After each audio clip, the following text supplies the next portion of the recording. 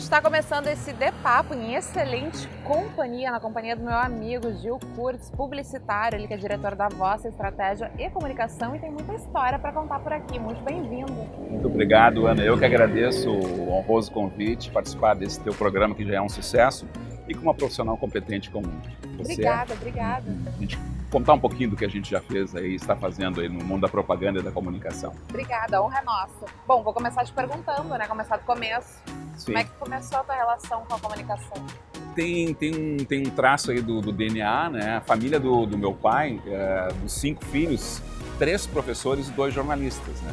Eu nasci num ambiente de comunicação, né? Seja professor dando aula ou seja no jornalismo, né?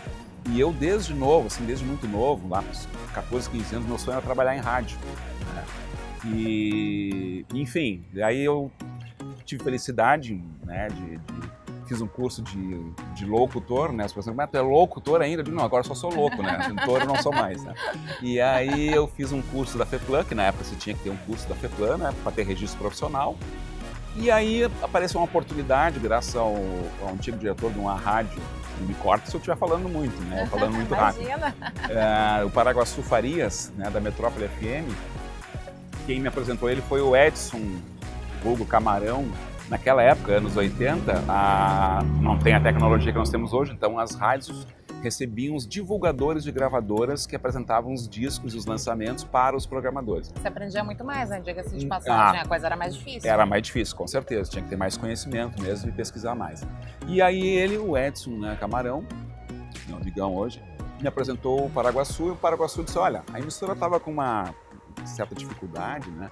E ele disse, olha, eu posso fazer o seguinte, se tu quiser pegar a experiência, vem trabalhar domingo de manhã aqui, mas eu não gosto de pagar nada. Aí eu, bacana, trabalhava todos os domingos, das 8 ao meio-dia. Aí, um dia eu tô em casa, meu pai já tinha faleceu cedo, né? E tô lendo, aí também fruto da comunicação, lendo o jornal Zero Hora e li os classificados. Aí li os classificados, olhei, procura-se locutor. Mandar currículo e dados para a caixa postal número tal desse jornal. Então não tinha só o diploma, né? Tinha essa experiência pequena. E aí fui lá na Zero Hora e coloquei. Passado umas 3 semanas, toca o telefone em casa. Residência do Gil? Sim. Poderíamos falar com ele? Aí eu disse, sou eu mesmo. Aqui nós estamos inaugurando uma rádio em Descanso, Santa Catarina. Fica a 30 km de São Miguel do Oeste, 100 km de Chapecó. Nós gostamos do teu... Naquela época tu fazia um piloto que era um cassete, né? Gravava um piloto. E aí eles gostamos, queremos conversar contigo. Aí eu fui e larguei tudo aqui, né? Trabalho, tudo, fui pra lá, inaugurei a rádio, fui o primeiro locutor da rádio. Eu ia te perguntar sobre essa tua experiência que eu andei vendo pelo Instagram, pelas redes sociais, sim, foto. As fotos que eu boto, até tem uma foto daquelas antigas, lá que é 1982, tá? Agradeço o prestígio de acompanhar no Insta, né? Aquela foto é de 82, né? Então eu fazia programação e apresentava o programa, que inclusive eu coloquei naquele post, né? Sem falsa modéstia, o programa que eu criei o nome chamava-se Bom Dia Descanso. Antes da Globo ter o Bom Dia Brasil. Bacana. E daí só como a minha mãe estava aqui sozinha, meu irmão também, né? Só eles dois e tal. Tô lá em março de 83, toca o telefone na rádio, era o Paraguaçu. Gil, a emissora foi comprada aqui pela RBS e tal. Volta pra cá pra trabalhar conosco e tal. Eu, que legal, né, bom? Prestígio. Pedi, né, a pessoa que era o Valdir, né, que era o dono da rádio lá do Descanso, disse, olha, aconteceu isso, minha mãe também agora faz pouco tempo perdeu o marido, meu pai, então eu vou voltar lá. O cara, não, Gil, tá certíssimo. Então, voltei, passado 3 meses, me chamam na sala lá do gerente de programação, olha, a RBS vai pegar essa emissora e transformar numa emissora feminina, não tem mais voz masculina. Tchau e graça. Adiós. E aí, por essas coisas da vida, eu fiz o que, Ana? Daí eu disse, tenho que me manter, né?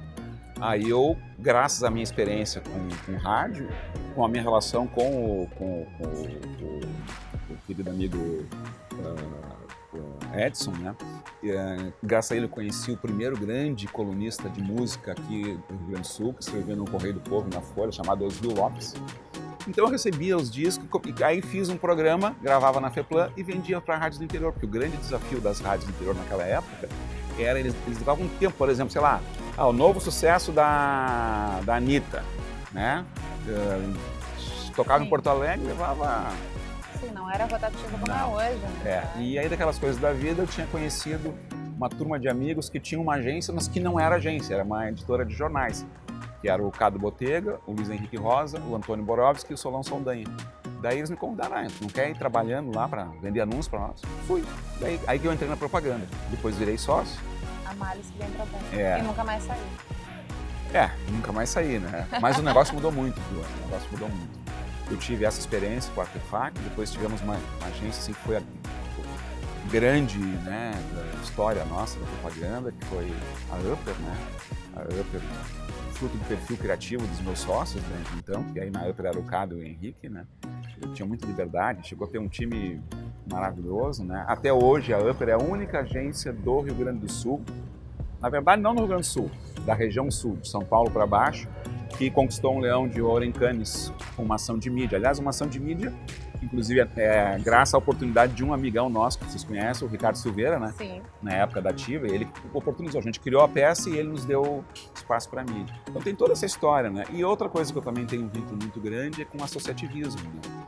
Então, desde jovem, eu participei quase da fundação dos Jovens Empresários de Porto Alegre. Eu ia comentar, tu sempre tiveste grande parte nessas associações importantes aqui do nosso estado, né, de Porto Alegre.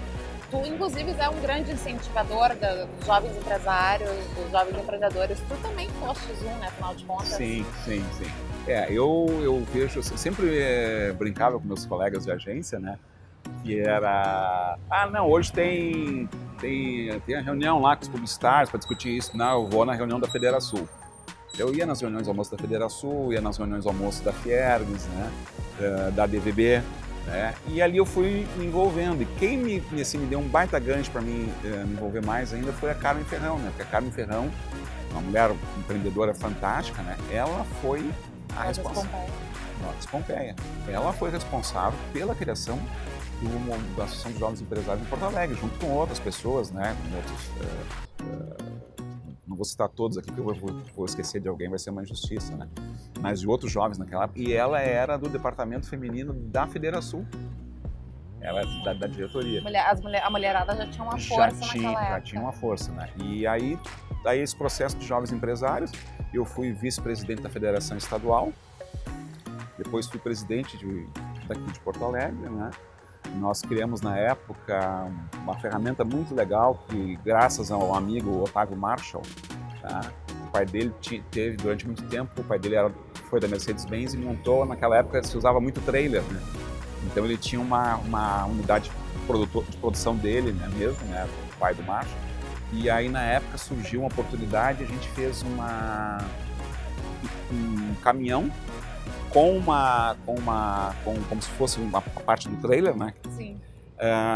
Para fazer atividade na população mais carente da nossa cidade, para incentivar o empreendedorismo, graças ao apoio do Sebrae. Quem pagou na época foi o Sebrae, né? Mas no fim, depois aquelas coisas de entidade se perdeu e tal. E aí depois, graças até a uma pessoa que tu conhece também, que foi um grande incentivador do nosso trabalho e do associativismo, o Renato Malcom, né? O Renato, junto com o Dado Bir, né, me levaram para a DVB, né? Quando o Dado foi vice-presidente de marketing, né, ele me convidou para ser diretor. E aí onde tu desenvolveste também um trabalho muito importante. A DVB a gente teve graças ao grupo de trabalho e o apoio dos conselheiros, né? Porque todos os presidentes são conselheiros, né? E fizemos coisas memoráveis, assim. Grandes top de marketing. Top de marketing, né? Trouxemos grandes figuras do marketing. Primeiro Congresso Internacional de Marketing, né? Junto com o apoio do Peter Wilms, que foi o presidente que me antecedeu, né? Primeiro Congresso de Marketing Esportivo, né? Tivemos a felicidade de ter grandes estrelas do futebol brasileiro e internacional conosco, né? Um dia inteiro no Plaza. Então foi uma boa experiência. Claro que hoje com o impacto da tecnologia, é muito difícil as pessoas terem tempo para passar um dia inteiro num evento, né? Então os eventos estão um pouquinho mais limitados, né? Não na qualidade, limitados no tempo. Então essas são as lembranças desse período, e agora com a Vossa aí nos últimos 15 anos, né? Num modelo diferente, né? A Vossa é especializada em estratégia de comunicação, né? Estratégia de comunicação e na área de consultoria, né? A Vossa é uma criação coletiva, como se diria lá nos meus tempos de Julinho, quando eu fui... Por que Vossa? Vossa, isso é boa pergunta. Porque, na verdade, é o seguinte, quando a Upper encerrou, eu fiquei numa fase transitória, né, os clientes sempre me apoiaram, assim, na época, mesmo encerrando a Upper, San Marino, Self Engenharia, não, vai para outra agência, nós vamos juntos com o Dado Beer também, né, vamos juntos, tá? E aí um dia eu estava conversando há muito tempo atrás, um ano antes atrás, eu tinha ido conversar com o Caco Rampeter, né, que eu tinha conhecido ele por causa do DVD, ele foi palestrante num dos nossos eventos aqui. E um amigão meu, ele tinha saído da DM9, tinha sido meu colega aqui na faculdade de Famex, tinha trabalhado conosco na Upper, e daí em 92, 93, não lembro exatamente quando, 94, ele foi para São Paulo, foi trabalhar com o Unizan, na DM9, o Rei, que hoje é o presidente, é o CEO da BTC, que hoje, esse ano passado, foi a maior agência em autorizações de mídia do Brasil. Não é pouca coisa. É um grupo francês e tal. E ele é um brilhante, talentoso e tal. Só que daí o R resolveu sair lá da DM9 e estava pensando em montar uma outra coisa, enfim. E aí eu fiz o Caco, assim, tinha saído do grupo Gerdau também, né, para se dedicar aos investimentos dele. E aí eu disse, Caco, vamos tomar um café aí em São Paulo e tal. Daí fomos tomar com ela, mas no fim não avançou. Mas aí continuei conversando com o Caco, porque o Caco assim, eu não quero um modelo de agência tradicional de propaganda. Né? E ele é um cara brilhante, muito bem preparado, teve uma trajetória fantástica no grupo e tal, nível nacional, internacional. Não, eu quero um modelo novo. Aí eu, o Roger e o Richard Schwamberg, Roger Born, a gente ficou fazendo um brain, o modelo é a experiência do Roger e do Richard como caras da área de planejamento estratégico, plano de marketing, e a minha pequena experiência como vendedor de reclames, né? Aí estratégia de comunicação. E aí o nome era... Aí também foi outra coisa, o cara disse, não me vem com esses nomes aí em inglês, como tu tinha antes, Upper, não sei o que, pensa numa coisa diferente. Daí assim, vamos dar um tratamento sênior, e aí chamar de Vossa. Então, Vossa Excelência, Vossa Senhora Ana, daí que saiu o nome Vossa. Dá um prestígio dá um tom mais sênior, né? Dá uma sensação de que o cliente é realmente especial. É exatamente isso, bem observado, é que o cliente é né, Vossa, né? Já que a gente está falando de estratégia, né, eu queria te perguntar, ficou mais difícil desenvolver estratégias depois dessa forte polarização política que a gente está tendo de uns anos para cá? Sim. Essa realidade, né, que relatas aí, somada às dificuldades econômicas, né, dos últimos 3 anos, digamos assim, fez com que algumas empresas elas se pautassem pelo aqui e agora. Está preocupado em resolver o problema do faturamento, né? Tem um outro detalhe também muito importante, poucas empresas, tirando as grandes empresas aqui do Rio Grande do Sul, que sempre trouxeram no seu DNA a importância do planejamento estratégico, plano de marketing. Grande parte dos empreendedores, mesmo alguns grandes, sempre foram muito no fazejamento e não no planejamento. Então isso é uma cultura que, claro, a gente sabe que mudou, mas ainda existe no Rio Grande do Sul, né? Do fazer e para depois ver como é que fica, né? E isso, no momento de crise, ele é um fator complicador, né? Porque o errar no mercado, né? Seja ele um mercado pequeno, médio ou grande, no segmento, hoje em dia ele custa caro. Cuidado tem que ser redobrado. Tem que ser redobrado. Alguns conceitos que nós não temos aqui também, não tivemos durante muito tempo, com exceção de 2 empresas que eu tive, tem outras, mas que eu tive a felicidade de trabalhar. Inclusive, uma delas assim, as pessoas perguntam, como é que tu separa a tua história como publicitário, né? A minha história separa antes de trabalhar para a Grendene e depois de trabalhar para a Grendene. Né? Eu sempre digo, né? Assim como Ipiranga também, né? Só que Ipiranga foi depois da Grendene, mas também a transformação profissional no convívio com o Doc, com o Jerônimo, com o Lúcio, né? Mesmo caso da Grendene, né? Com o Márcio, com o Matsu, com o Ademir Carney. A Grendene, eu comecei fazendo trabalhos lá bem básicos naquela época, era ponto de venda, era display de ponto de venda. Tá? E em resumo da obra, para não alongar, no caso da Grendene... Não se preocupem em alongar, que a gente tem a tarde toda. Que bom. Já viram um happy hour. Que bom. Então vamos fazer isso mesmo. Excelente, Ana. E aí eu tô numa reunião lá com o Márcio Dalbó, com o Matsu, a gente tinha feito a apresentação de um material de ponto de venda na época, né? Chamado PDV, né? Eram famosos 4 Ps, né? Sim. E aí terminei o material, terminou a reunião. O Márcio, olha, Gil, vai ter uma feira de material esportivo em Atlanta, chamada Tennis Show. E era muito importante, já que tu tá fazendo esse trabalho para nós, que tu fosse lá, né? Vocês fossem lá conhecer a feira, né? Daí eu gelei, né? Pensei assim, pô, mas com a grana que eu faturo aqui, não tem como ir para... Imagina naquela época, né? Estamos falando de 20 e tantos anos atrás, enquanto era uma passagem para Chicago, quanto é que era a hospedagem em Chicago, né? Aí terminou a reunião e disse, Márcio, podia falar um minutinho contigo só? Mas, claro. Aí as outras pessoas saíram, ficou honrado pelo convite, né? Mas eu só tenho um problema. O tamanho do nosso negócio, não tem como arcar com essas despesas agora. Aí ele olhou assim com uma cara de espanto, mas Gil, quem disse que tu vai pagar? Quem vai pagar tudo para ti é a Grendene. A passagem, a tua estadia, as tuas despesas de alimentação é a Grendene que paga. E aí tem uma coisa que é o traço da cultura, assim, eu conheço tanto o Alexandre quanto o Pedro, mas não tenho convívio, né, íntimo, pessoal, conheço, né?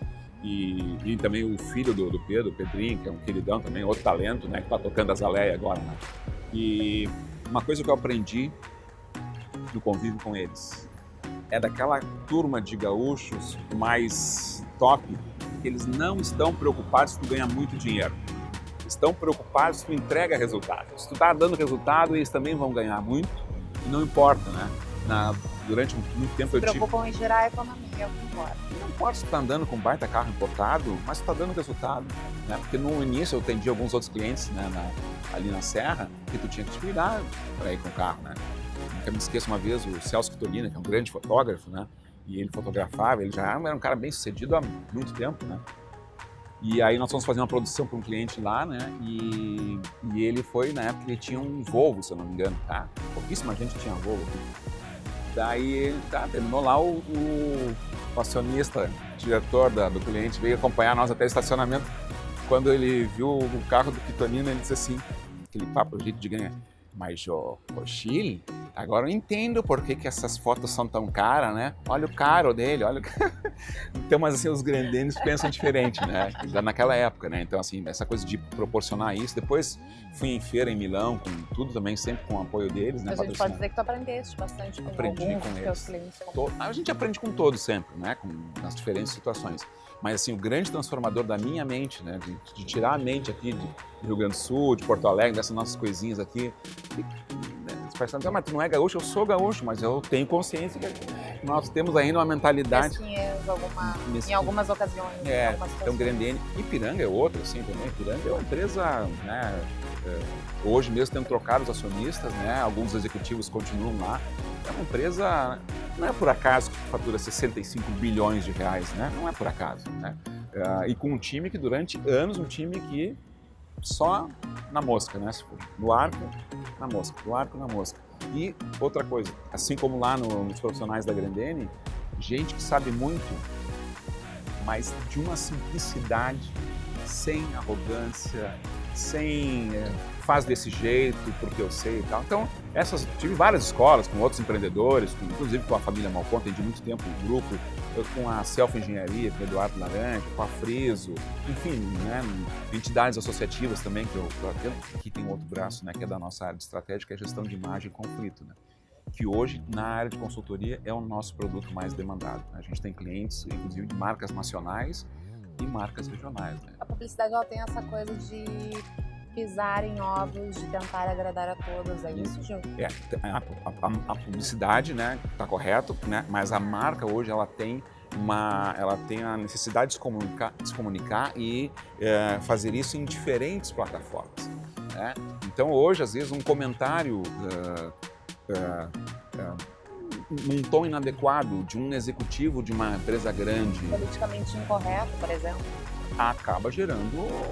vai acabar gerando desgaste para ele e para a imagem.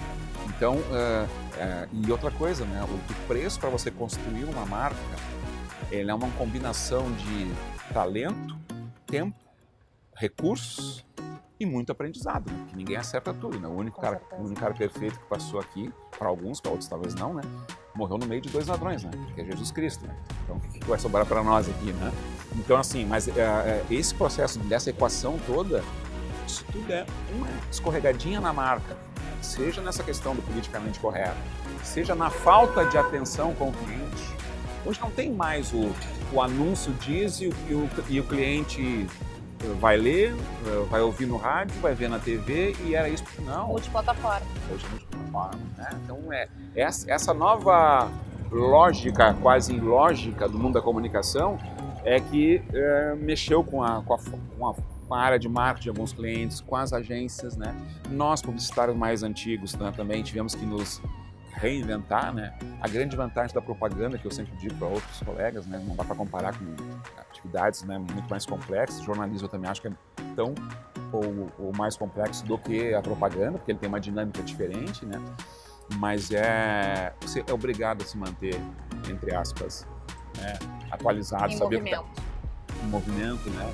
E quem trabalha com propaganda, né? Ele não pode ter preconceito com nenhum tipo de ideia, mas ele tem que saber como comunicar aquela ideia, respeitando a diversidade de opinião e dos diferentes públicos, né? Então, construir uma marca é essa formulação. Agora, destruir uma marca, pode destruir ela com 3 ou 4 movimentos, né, impensados, né? Por incrível que pareça, tem empresas grandes hoje, inclusive com sede aqui, não tem canal de ouvidoria com o cliente. Nós temos uma grande marca que não tem ouvidoria. É muito importante. É super importante, né? E ouvidoria é uma coisa mais básica, né? Hoje tem alguns clientes, algumas marcas têm interação direta via Instagram. Tu achas que hoje quem decide o que a marca vai fazer é o público? Ah, com certeza. Terminou o império a marca e os seus rebanhos consumidores e clientes, né? Hoje quem diz o que a marca vai fazer, né? Por isso que nunca, tanto nos últimos anos, se trabalha muito com pesquisa. Antigamente, não precisa fazer pesquisa, eu sei como é que é. O cara vai lá comprar, o preço médio é isso, mudou, né? Hoje tem que fazer, e aí a pesquisa não é, faça uma pesquisa, né? Tem gente que lança produto sem pesquisa. Como é que vai fazer um lançamento de produto sem pesquisa, né? Não vai ouvir o teu consumidor, fazer pesquisa quant, pesquisa quali, né? Não tem como, hoje em dia com acesso que a gente pode dizer até os internautas. Com certeza. Hoje em dia com acesso que esse público tem. E isso que tu falaste é importante porque ficou muito mais fácil você fazer pesquisa. Hoje tu vai entrar em vários sites ali de algumas marcas e eles pedem, você quer, você gostaria de em 5 minutos responder 10 pesquisas, sua contribuição será importante. Fácil acesso. Exatamente isso. Então essa é a ferramenta, né? E a outra coisa também que é importante é a mudança nas organizações. Então, eu ia te comentar, o trabalho interno das agências também facilitou nesse âmbito tecnológico, nesse novo âmbito? Claro, com certeza. Claro que houve um processo assim de aprendizagem de todo mundo, né? Do cliente nosso, né?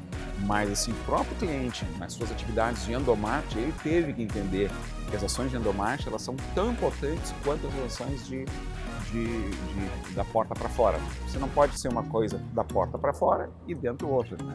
Então a capacidade de ouvir, né? Terminou, eu sou diretor sênior, tu primeiro quer fazer alguma conversa com a Ana, que é a nossa diretora de recursos humanos, depois tu vem falar comigo, tá? Não, canal direto, né? Não tem essa de eu sou jovem, não vou poder conversar com o CEO. Então eu acho que esse novo mundo com certeza é um mundo melhor para todos. Tu tens alguma história de alguma campanha em particular que te marcou mais, assim, lembra mais? Eu contei até no Insta no final de semana, porque essa tem um negócio maravilhoso, né? Também das coisas a gente tinha na época da Upper, tínhamos um cliente, uma grande empresa da área de cosméticos, né? A Memphis, aqui de Porto Alegre. E eles a gente cuidava de 2 produtos dele, né? Um é o Senador patrocinador foi esse que a gente ganhou o Leão de Ouro em Cannes. Ganhou não, conquistou, desculpa a palavra errada. Ninguém ganha nada, né? Reconhecimento merecido, mais que merecido. E esse foi, a gente fez a ideia e graças ao Ricardo Silveira e a Ativa na época, a família do BIM, nos deram a exposição e a gente escreveu, conquistamos o Leão de Ouro. Grandes mentes por trás de um grande produto, Um grande produto, tá. Aquilo foi um case e aí depois nós fomos fazer uma campanha com Alma de Flores. Tá? Então, compramos direito autoral de uma música, né? Eu vejo flores em você, né? E pensando assim, não, vamos parar desse negócio muito funcional de mulher com desodorante em uso, não, vamos fazer uma coisa de conceito, né? Aí fizemos um roteiro de um filme e orçamos, na época nós tínhamos uma das melhores produtoras, né? Acho que o Thiago deve se lembrar aqui em Porto Alegre, sede em Porto Alegre, do Brasil, que era a Zeppelin, tocada pelo brilhante, né? Me deu um branco agora.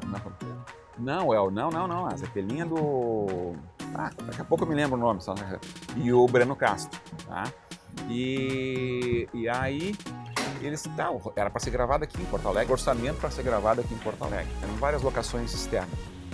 Aí fomos fazer a reunião de briefing, tá? Fizemos de briefing com a produtora, terminou a reunião, no outro dia o Breno ligou e disse, olha, a gente quer conversar com vocês. Tá. Íamos na produtora, Zé Pedro Goulart. Desculpa, a idade, Zé, a idade. E aí o Zé e o Breno disseram assim, olha, nós estamos indo para Cannes agora. Para Cannes. E a nossa ideia é gravar o filme em Paris. E aí, mas maravilha, mas e o orçamento? Não, nós não vamos mexer em nada. E aí tem aquelas coisas que aí tem o talento do Zé Pedro, do Breno, a vivência deles, né? Tá, mas vem cá, quais são as locações? Não, deixa conosco aqui e tal. Tá, mas não tem custo lá de locação? Deixa conosco. Então eles fizeram tudo com a câmera em off. Esse filme tá, eu tenho um canalzinho no YouTube, esse filme tá lá.